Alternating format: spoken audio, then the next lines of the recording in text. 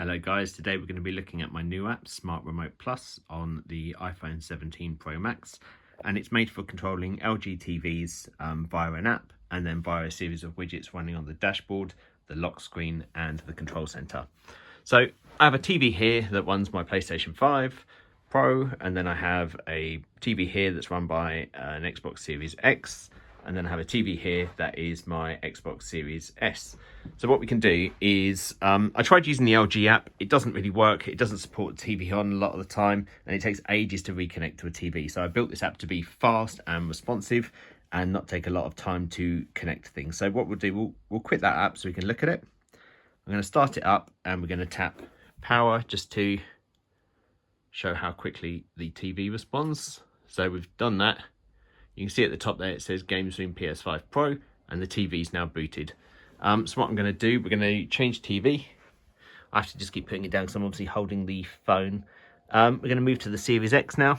There's the Series X. We'll tap the power button and give it a second, and then what should happen is the TV is going to come on. It's just come on. We can see at the top of the phone it's connected, and that TV has now started up. It takes a while to display the screen, but there's that. So again, here's the Series S, that's off. We will switch to the Series S, press boot or start up, power, whatever you want to call it, and we can see straight away the TV's started up. So now we'll look at some of the features that we have in the app itself. I'm going to switch back to the PlayStation and use this. So you might have just noticed straight away that the volume slider changed. So it's reading in the volume information from the TV. So if I tap and hold volume here, please excuse the reflections, I need the daylight. So we can see the volume's going up. We can mute and we can put the volume back, and then we can lower that volume down here. Just bring that down to an acceptable level. So I've used the most commonly used buttons that I would normally use. So we've got home here for bringing up the menu. We've got back. We've got the settings button here. We've got a list of apps, so we can load up Netflix, and straight away the TV will display that. Now I can bring, it reads in the labels for the HDMI. So you see we've got PS5, Xbox, switch to PC. So I can switch to the PS5. The Xbox, you can just see that name referenced in the background. Switch to, that's read from the device itself. You don't have to program those in. And then we've got like touchpad support as well. So if you you can see in the back there, the cursor moves around with my thumb, and then we've got paging support with the up and down arrows. One of the nice things is this actually works with TVs that don't have that on their remote. So my 32-inch LCD TVs have this kind of remote. There's no cursor control whatsoever. If we switch to these, so I'm going to switch to the Series X, which is over here. You'll see, hopefully, I have cursor support now on these less good or more old TVs, which is really nice. You know, just tap to select. So that's all well and good, but I don't always want to have to load into an app to control things. So let's say my device is off.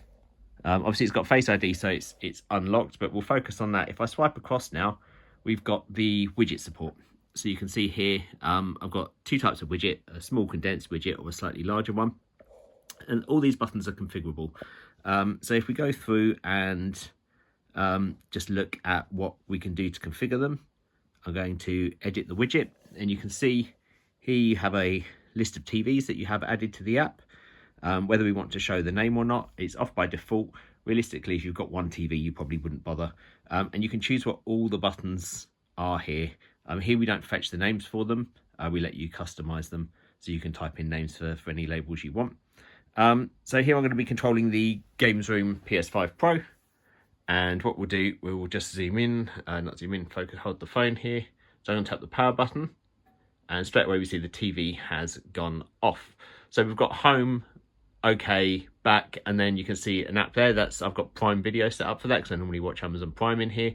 And then buttons switch between my PlayStation 5 Pro and my Series X. So what we'll do, we'll press on again, give it a second, and what will happen is that TV is going to turn back on just from one button press in the app. You see, it's incredibly nice. Let's say I wanted to change input, just tap the PS5 Pro button, and it's done. You know, I've not had to get the controller. I've not even had to go into the app itself. I can just bring up the widget to show this. So that's nice. Let's say I want to go even further and I don't want to swipe across. What I can do, I've got this, you see this power button here on the lock screen. That is a lock screen widget that will toggle the power state.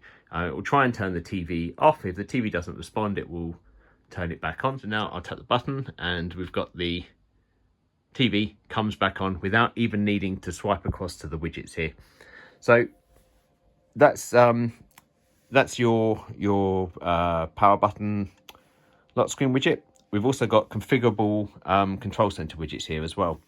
So what we can do is we can add our own, build our own custom layout essentially, so we can change volumes up, we can change volume down. We also have a power button from this screen as well, so you can see we've got the larger power buttons for toggling the Series X and S. So this is the Series S here, so we'll just show that it works on the lock screen. That is that TV turned off. Now we've got this TV here turned off, and this one here is set for this big TV in the background, so we'll turn that off. So that is Smart Remote Plus. It's available in the App Store now. Some of the new features are in version 1.3, which is currently in review. I'll leave a link to the app down below. It's free, it's ad supported, and there's an in-app purchase of $2.99 to stop ads and get unlimited use.